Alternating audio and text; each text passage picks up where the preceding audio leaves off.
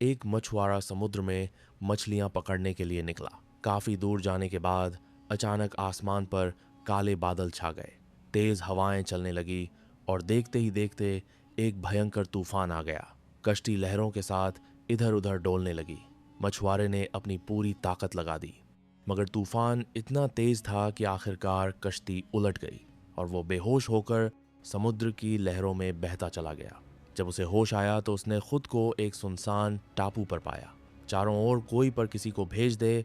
वो कई दिनों तक दुआ करता रहा, मगर कोई मदद नहीं आई। समय बीतता गया, उम्मीदें टूटने लगी और आखिरकार उसने दुआ करना भी छोड़ दिया। उसने सोचा शायद अब वो कभी वापस नहीं जा सकेगा, इसलिए उसने वहां रहने के लिए एक झोपड़ी बनाई और वहीं अपना घर बना लिया। एक दिन वो खाने की तलाश में गया हुआ था। जब वापस आया तो देखा कि उसकी झोपड़ी में आग लगी हुई है। शोले आसमान को छू रहे थे और उसकी सारी मेहनत पल भर में राख हो गई थी।